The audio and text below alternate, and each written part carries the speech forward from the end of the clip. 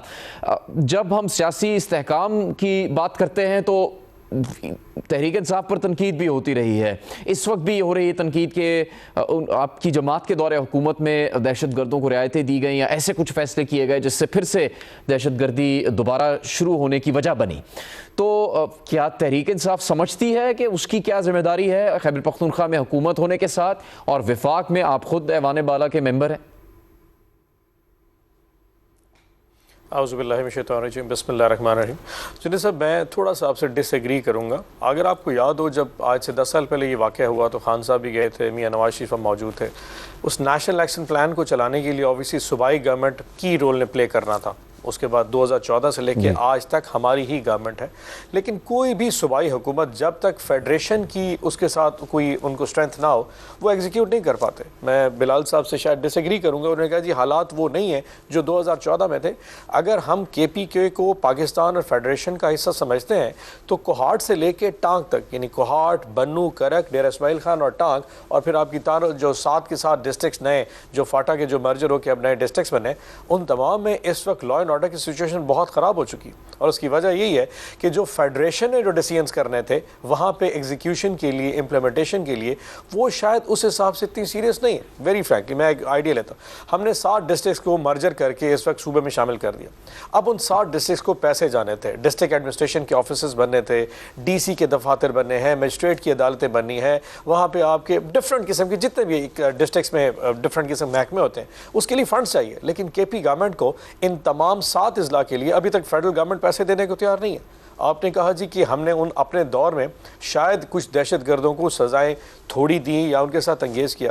جنہیں صاحب, just for the sake of argument, یہ جتنے لوگ ان علاقوں میں رہتے ہیں ایٹ دا اینڈ یہ پاکستانی ہیں, اور دنیا کی کتابوں میں لکھا جاتا ہے کہ انگیجمنٹ کے رول میں پہلے ڈائلاگ کیا جاتا ہے, پہلے بات کی جائے, اور خاص طور پہ وہ پاپولیشن جو آپ کا اپنا حصہ ہو. یہ کوئی ایسے کرد نہیں ہے یا کوئی ایسی پاپولیشن نہیں جو پاکستان کی بار, آپ نے ان کے ساتھ انگیز کرنا ہے, بات چیت کرنی ہے, اور آخر میں جا کے پاور پلے میں جانا ہے کہ جی اب کیونکہ بات چیت کا راستہ ختم ہو گیا, جیسے سوات میں ہوا تھا, جہاں پہ ریئل ٹرم سے بات کی تھی وہاں پہ ایک موقع آ گیا تھا جب اس سے شاید آگے بات چیت نہیں ہو سکتی تو آپریشن ہو گیا. تو ابھی آپ کے یہ جو خاص طور پہ افغانستان میں طالبان کی حکومت آنے کے بعد جس طریقے سے ہماری گورنمنٹ ان بارڈرز کو محفوظ کیا اور ہم نے انگیز کیا, اب پچھلے 2.5 سال سے اس گورنمنٹ کی پرائورٹیز کیا ہیں؟ کیا گورنمنٹ کی پرائورٹیز میں KP گورنمنٹ کے ساتھ کہیں انگیز کرنے کی بات کی گئی؟ ان 7 اضلاع کی فنڈز کی بات کی جا رہی ہے. آپ کی اس وقت جو کرم ایجنسی میں ہو رہا ہے, ایوریبڈی نوز, بنو میں آج سے 2 مہینے جو پہلے ہوا تھا سب کو پتہ ہے, لیکن کیونکہ فیڈرل گورنمنٹ کی پرائورٹیز اور ہیں, مطلب ہم کہیں نہ کہیں جو نا اس وقت ان کے نشانے پہ ہیں, اس لیے ان کا ذہن اس طرف کو نہیں جا رہا. سو گورنمنٹ کو اپنی پرائورٹیز طے کرنی ہے, اور اسلام آباد کو سب سے پہلے اپنی پرائورٹی طے کرنی ہے, پھر پشاور جا کے اس کو فالو کرے گا, ایگزیکیوٹ کرے گا, اور پھر چیزیں نارملائز. لیکن کسی کو یہ تانا جی، دینا اور کہ یہ واسط انگیج کرتے ہیں اور جی، بہت ذرا لینینٹ ہے، ایسا دیکھیں، بالکل نہیں. جو صوبائی اختیارات ہیں اور وفاق نے فیصلے کرنے ہیں اس پر اگر اختلاف موجود بھی ہے یا طریقہ کا ٹھیک نہیں، لیکن ایک بات ایسی جس پر سب کا اتفاق نظر آتا ہے، آپ کی تحریک انصاف ہو، آپ کے اس وقت موجودہ لیڈرز ہوں، وہ بھی کہتے ہیں کہ سیاسی استحکام ہوگا تو معاشی استحکام آئے گا تو امن و امان قائم ہوگا. کسی کا بھی موقف دیکھ لیں، سن لیں، وہ سب اس پر اتفاق کرتے نظر آتے ہیں، چاہے وہ مسلم لیگ نون کی قیادت ہو، چاہے وہ صدر آصف علی زرداری کا موقف ہو. لیکن بلال اظہر کیانی صاحب، اگر سب ہی اس پہ متفق ہیں اور یہ سمجھتے ہیں، یقین رکھتے ہیں کہ سیاسی استحکام نہیں ہوگا تو معاشی استحکام بھی نہیں آ سکے گا، امن و امان بھی قائم نہیں ہو سکے گا، تو آ کیوں نہیں سکا ہے پھر سیاسی استحکام؟ اس سیاسی استحکام کو قائم کرنے کے لیے سب نے اپنی کوشش ایسی کیوں نہیں کی جس سے کامیابی ملتی 10 برس میں؟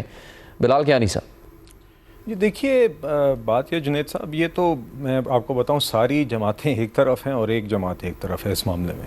یہ بدقسمتی سے یہ اگر آپ پولیٹیکل سٹیبلٹی کی بات کریں تو یہ بات ہے. مگر اب میں آپ کو ایک مثال دیتا ہوں.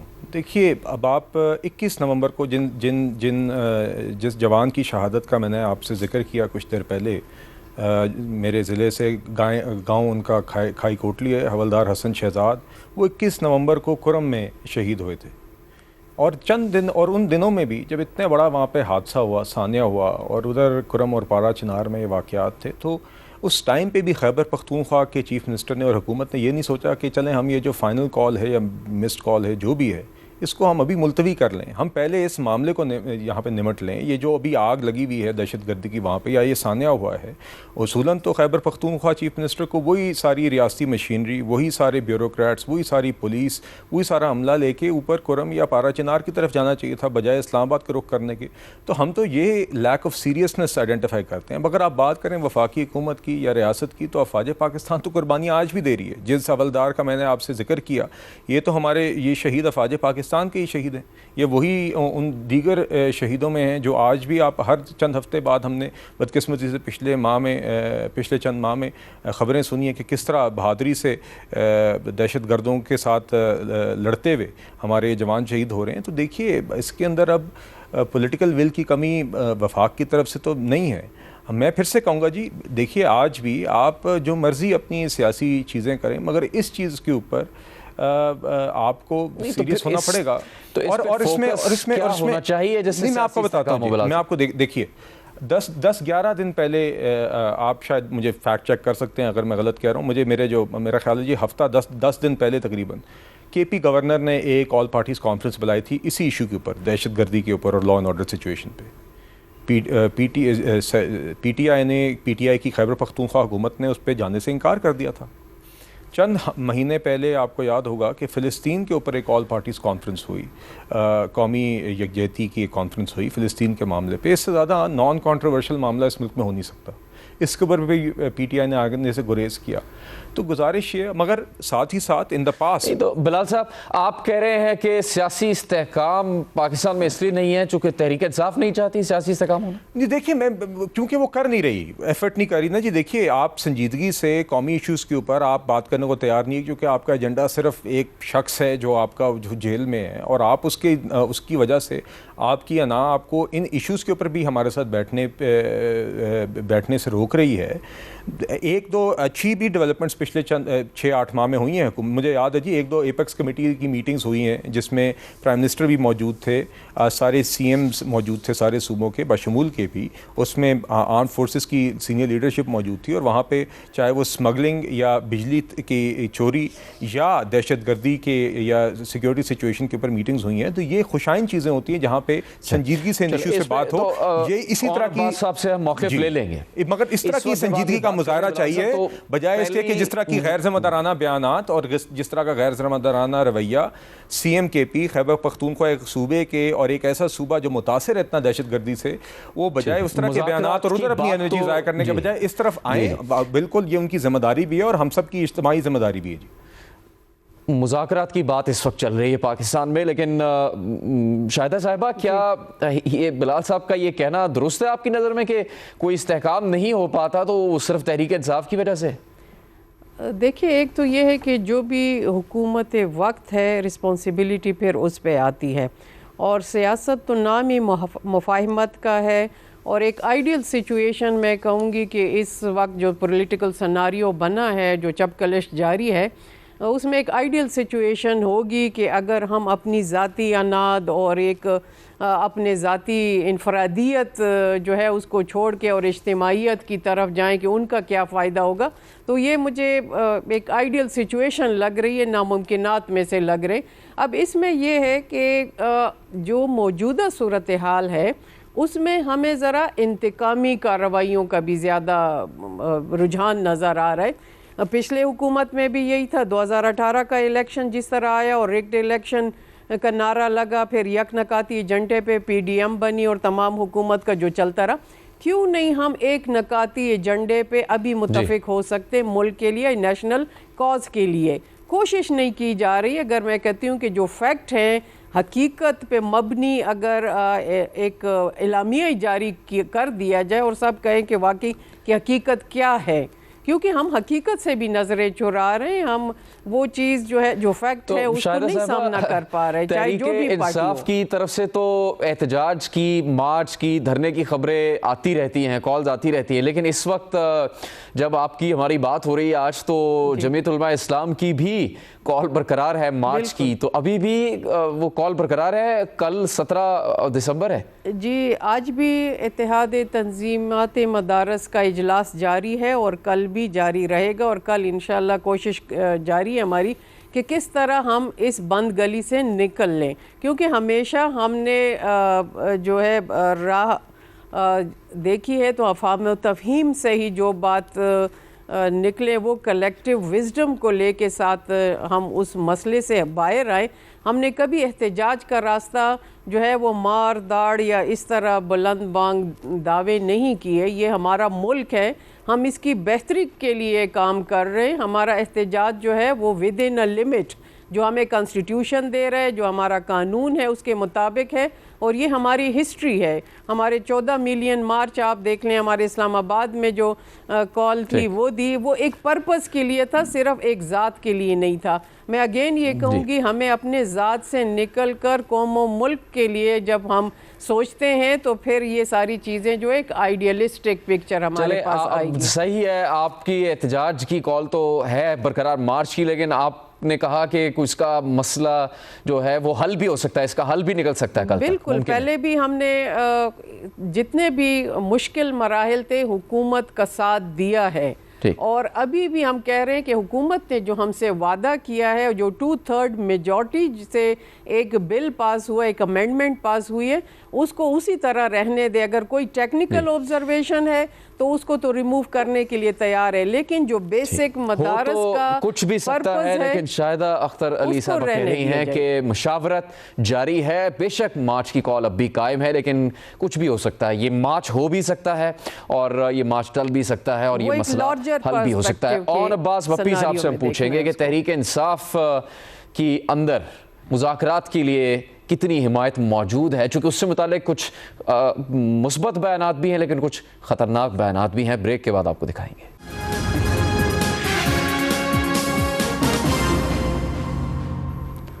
پروگرام کیپٹل ٹاک میں ایک بار پھر خوش آمدید۔ تحریک انصاف کی طرف سے مذاکرات کی بات تو کی گئی ہے، لیکن حکومتی حلقے بھی اس پر پوری طرح سے اعتبار کرنے کے لیے تیار نہیں ہیں۔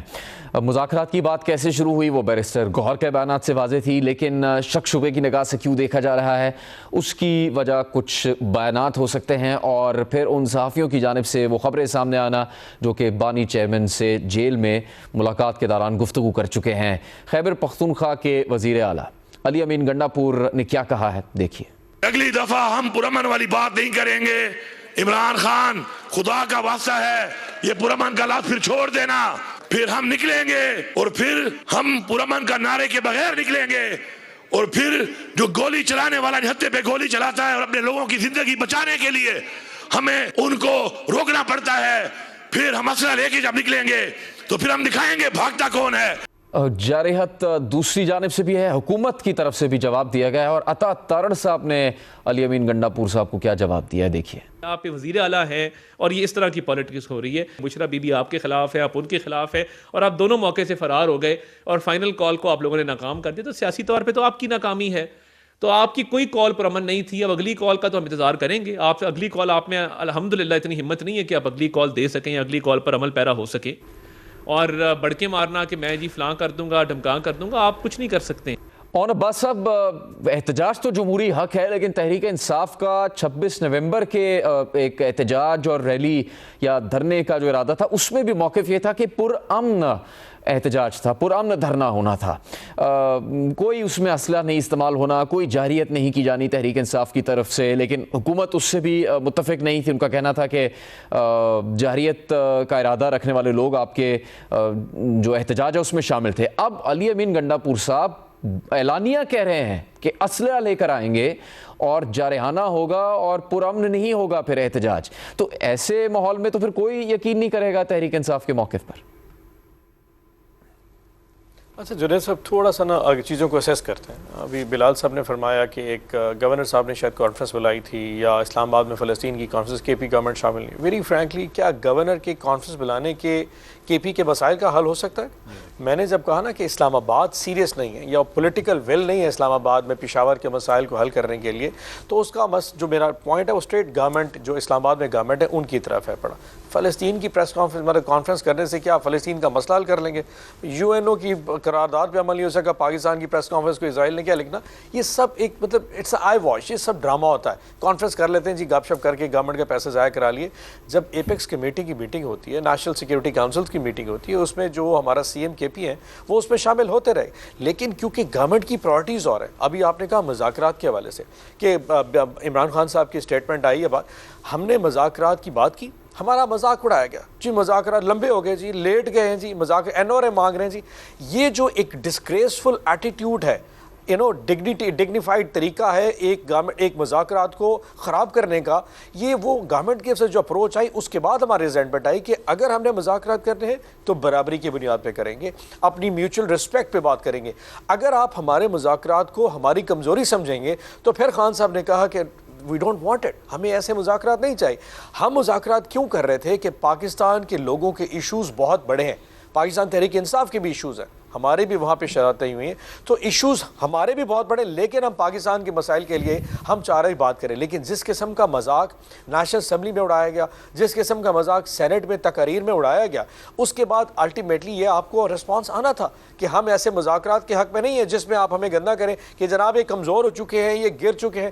تو اگر آپ علی امین اس طرح کی اسٹیٹمنٹ دیتا ہے, ویری فرینکلی جنید صاحب آپ نے کور کیا ہوگا, پشاور سے لے کے اسلام آباد تک کتنے آپ کو وہاں پہ اسلحے اور کتنے آپ کو چیزیں نظر آئی ہیں. الٹیمیٹلی جو کچھ ہوا ساری دنیا نے دیکھا, جس طرح کی شہادتیں ہوئی, جس طرح سے گولی چلی, یہ وہ ایشوز ہیں جو کوئی بھی کسی کو چھپا نہیں سکتا. ہمارے لوگ اگر اتنا لے کے آئے جو تو جب لوگ گر رہے تو شاید کوئی رسپانس آتا, ایسا رسپانس نہیں آیا.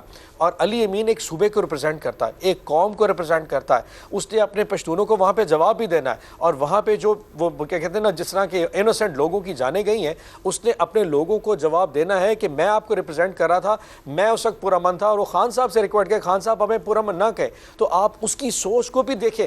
عطا تارڑ کی اسٹیٹمنٹ اور محسن نقوی صاحب کی اسٹیٹمنٹ آن ریکارڈ موجود ہے, جب انہوں نے ڈی چوک پہ کہا تھا کہ ہم 5 منٹ کے لیے فائرنگ کریں گے اور دیکھیں یہاں کوئی نظر نہیں آیا, and they proved it right, yes they did it. So ایسی جو چیزیں ہیں وہ آپ کیا میشن دینا ہے کہ پاکستان میں جب کوئی پرامن احتجاج کرتا ہے, اگر آپ اس میں اس طرح کا رسپانس دیں گے, دنیا میں اس طرح کے رسپانس نہیں جاتے. دنیا میں وائٹ ہاؤس کے سامنے پروٹیسٹ کیا جاتا ہے, 10 ڈاؤننگ اسٹریٹ پہ پروٹیسٹ کیا جاتا ہے, اس طرح کا رسپانس نہیں آتا جو پاکستان کی. ٹھیک ہے اون صاحب, آپ مذاکرات کی بات کی جاتی ہے تو پھر مذاق کیوں اڑایا جاتا ہے حکومت کی طرف سے؟ بلال اظہر صاحب, حکومت کے پاس تو اختیار زیادہ ہے نا, فیصلے تو وہ کر سکتی ہے, تو پھر اس کی ذمہ داری نہیں بنتی کہ کھلے دل سے تحریک انصاف کو مسلسل دعوت دے مذاکرات کی, اور بغیر کسی شرط کے دے تو بیٹھ تو سکیں آپ, بات ہو سکے. اون صاحب کہہ رہے ہیں کہ حکومت نے ہی مذاق اڑانا شروع کر دیا تحریک انصاف کے موقف کا. دیکھیے بات پتہ کیا ہے جنید صاحب, بات یہ ہے کہ یہ جو انہوں نے بار بار حملے کیے نا, یہ کوئی مذاق نہیں ہے کہ کہیں چلیں جی آئیں آپ مذاکرات کر لیں, اور جب اس طرح کی سیریسنس ہو آج بھی, اور آج یہ پھر سے کہہ رہے ہوں کہ ہم اسلحہ لے کے آئیں گے. دیکھیے پچھلے چند ان کے حملوں میں ان کو حملے ہی کہوں گا, ان میں جوان شہید ہوئے ہیں. مطلب کہ آپ شہادتوں کی بات کرتے ہیں تو اس ریسنٹ پی ٹی آئی کے حملے کے اندر 3 رینجرز کے جوان شہید ہوئے ہیں. ایک کا تعلق خیبر پختونخوا سے تھا, ایک کا تعلق بلوچستان سے تھا, ایک کا تعلق پنجاب سے تھا. اس کے علاوہ پنجاب پولیس کے ایک مجھے یاد ہے جوان شہید ہوئے ہیں, سینکڑوں اہلکار زخمی ہوئے ہیں. اور آپ کہتے ہیں کہ ان چیزوں کو بالکل نظر انداز کر کے اور آپ کی پیچھے کی ساری لیک آف سیریسنس کو نظر انداز کر کے آج آپ کی بات کو بس سیریس لے لیا جائے. ہم نے بار بار بازو آپ کی طرف بڑھایا, ہاتھ بڑھایا کہ آپ کوئی سنجیدگی قومی ایشوز پہ بات کر لیں. آپ کہتے تھے ہم تو بات ہی صرف اسٹیبلشمنٹ سے کریں گے. آج بھی اب آپ ابھی یہ دیکھ لیجئے, اون صاحب قابل عزت ہیں, قابل احترام ہیں, مگر انہوں نے جو ابھی اپنی اسیسمنٹ دی کہ یہ تو بیٹھ کے سرکاری پیسہ اڑا کے باتیں ہو کے بس ختم کرنے والی بات ہوتی ہے. اگر آپ کا رویہ کسی بھی نشست, کسی بھی قومی ایشو پہ آپ کی مذاکرات یا ڈسکشن کے بارے میں آپ کا مائنڈ سیٹ ہی یہ ہے کہ یہ تو اس کا کرنے کا کیا فائدہ. کے پی گورنر بھی وفاق کے وہاں پہ نمائندے ہوتے ہیں, وہ اگر آپ ان کی بیٹھک میں تو حکومت چاہتی ہے سنجیدگی سے کہ تحریک انصاف کے ساتھ مذاکرات ہوں. دیکھیں ہم یہ کہتے ہیں کہ تحریک انصاف چھوڑ دیں, ہم ایک حکومت میں ہیں, ہم حکومتی اور ایک سیاسی اور ایک جمہوری جماعت ہیں. ہم سمجھتے ہیں قومی ایشوز کے اوپر ہر وقت بات چیت کے لیے تیار رہنا چاہیے اور کسی کے ساتھ بھی بات چیت کے لیے تیار رہنا چاہیے, مگر قومی ایشوز کے اوپر اور ایک سنجیدہ طریقے سے. آپ جے یو آئی ایف کا آپ نے ذکر کیا, جے یو آئی ایف ہو, پیپلز پارٹی ہو, ان جماعتوں کے ساتھ پچھلے 2-3 دہائیوں کے اندر پی ایم ایل این نے بہت سارے موڑوں پر, کبھی پیپلز پارٹی حکومت میں تھی, کبھی ہم حکومت میں تھے, کبھی ہم حکومتوں میں ساتھ تھے. پھر تو یہ سوال بنتا ہے کہ آپ بھی چاہتے ہیں کہ مذاکرات ہو, تحریک انصاف بھی کہہ رہی ہے مذاکرات ہو. ہم یہ کہتے ہیں کہ آپ اپنے بانی چیئرمین سے کہیں کہ اپنی پرانی غیر جمہوری غیر سیاسی روایات کو پیچھے چھوڑ کے جس طرح کا بیان انہوں نے اب جسٹیفائی کرنے کی کوشش کی کہ دیکھیں جی اگر اس طرح کی ہلکی سی اگر آپ کے اوپر سوال اٹھے گا تو آپ کہیں گے کہ اسلحہ اٹھا کے آ جائیں گے, تو پھر یہ نہیں چلے کہ مذاکرات ہوں یا نہ ہوں. اور شاہدہ اختر علی صاحبہ کا موقف اس پہ کیا ہے, بریک کے بعد.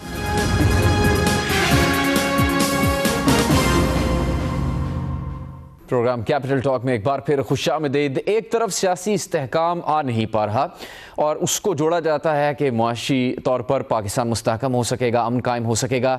کچھ معیشت میں بہتری تو آ رہی ہے چونکہ اسٹیٹ بینک کی جانب سے شرح سود میں کمی کی گئی ہے اور شرح سود اب 13% ہو چکی ہے, جو کہ بہت بڑی خبر ہے. یہ بھی کہا گیا ہے کہ 4.9% کی مہنگائی کی شرح ہو گئی ہے اور جو توقعات تھیں اس سے بھی کچھ زیادہ بہتری ہے. تو پھر پاکستانی سیاست میں شامل سیاستدان بھی کیوں یہ فیصلہ نہیں کر لیتے کہ سیاسی استحکام کے لیے بیٹھ جائیں؟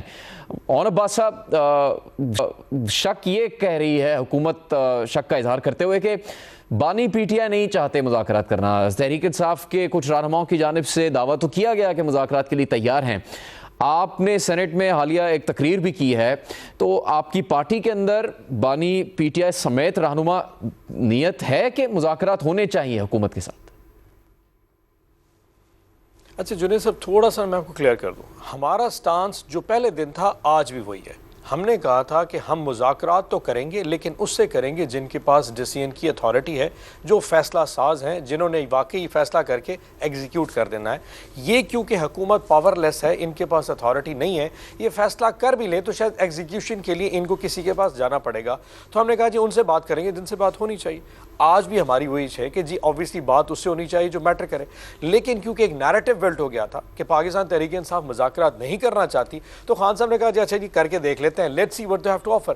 اب جب ہم نے کہا جی مذاکرات کرتے ہیں, انہوں نے کہا جی دیکھیں لمبے ہو گئے, اب کمزور ہو گئے جی, کیونکہ ڈی چوک ہو چکا ہے, اب they don't have the moral authority and the power to do it.